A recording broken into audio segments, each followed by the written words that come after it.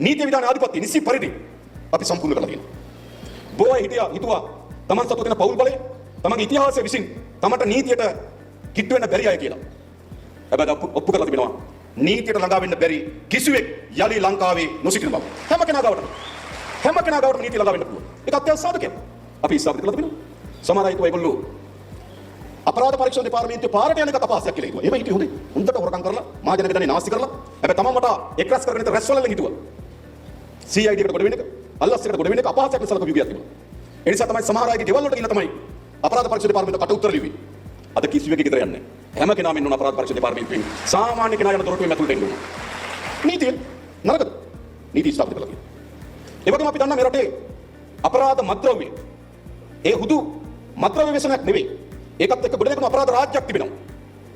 නිකම් මත්ද්‍රව්‍ය ගෙනලා කවුරු හරි විකුණනවා. කවුරු හරි පාරේ යනකොට වෙඩි තියනවා. මේ වගේ තත්ත්වයක් නෙවෙයි. මේක කළු අපරාධ රාජ්‍යයක් තිබෙනවා. කළු අපරාධ රාජ්‍යයක් තිබෙනවා. ඒ හැමතැනම විසිරලා තිබෙනවා. නිල රාජ්‍යයේ වැදගත් මර්මස්ථානයට නියෝජනය කරනවා. ඉතිහාස දේශපාලන යාන්ත්‍රණේ වැදගත් තනතුරු ඇතුලේ මේ අපරාධ කළු අපරාධ රාජ්‍ය තිබුණා. අපි තීරණය කරන් තියෙනවා. මේ කළු අපරාධ රාජ්‍ය විනාශ කරනවා. මතකද බලන්න. මේ කළු අපරාධ රාජ්‍යයේ මේ මාතෘභූමිය අපේ දරුවන්ගේ අනාගතයක් බේරගන්න බව සාතික කරනවා. ඒ විතරක් නෙවෙයි. අපි දන්නවා අපේ රටේ ජාතික සමගිය විනාශ වෙච්ච ඉතිහාසයක් තිබුණා.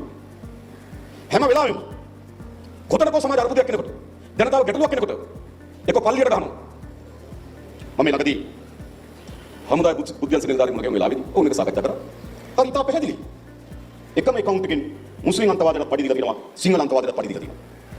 මහජනක බදු මුදල් වලින් මතකද බලන්න. එන්නතර වෙලා එකම මේ පැත්ත සිංහල අන්තවාදයට කියනවා උඹලා මුස්ලිම් අයට විරුද්ධව කෑ ගහපල්ලා මෙන්න සල්ලි. අර පැත්තේ මුස්ලිම් අයට කියනවා අන්තවාදීන් තෝරගෙන උඹලා සිංහලට විරුද්ධව කෑ ගහපල්ලා මෙන්න පඩි. එකම ආණ්ඩුවේ බදු මුදල් වලින් කියලා කියනවා. මතකද බලන්න. එයි ඔවුන් හැම වෙලාවෙම මේ ජාතිවාදී උපයෝග කරගත්තා. උන්ගේ පැවැත්ම වෙනුවෙන්. හැම කෙනාගේම තමන්ගේ ජාතිකත්වය පිළිබඳව තමන්ගේ සංස්කෘතිය පිළිබඳව බැඳීමක් තියෙනවා. ඒ බැඳීම අවුස්සනවා. ඒ බැඳීම ගිනි තියනවා. ගිනිතල අවුස්සනවා. සියලු ප්‍රශ්න යට ගන්නවා. හැබැයි අපි කියන්න කැමතියි දැන් අපේ ආණ්ඩුව අරගෙන කිසිදු තැනක ජාතිවාදී ප්‍රවණතාවයක් හෝ ජාතිවාදී ගැටුමක් ඇති නොවුණු කාලය තමයි අපේ ආණ්ඩුව අත්පත් කරගත්ත කාලය. ඒක තමයි සමාජ සාධනය. ඒක තමයි සමාජ ඉදිරියට යනවා කියන්නේ.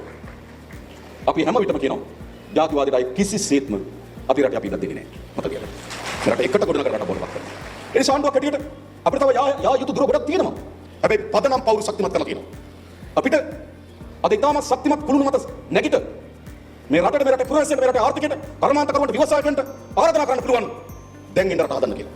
අපි ශක්තිමත් කුළුණු මත පාදමක් පිටවා තිබෙනවා. මේ තමයි වෘද්ධක ශේෂ පත්‍රයේ කෙටියේ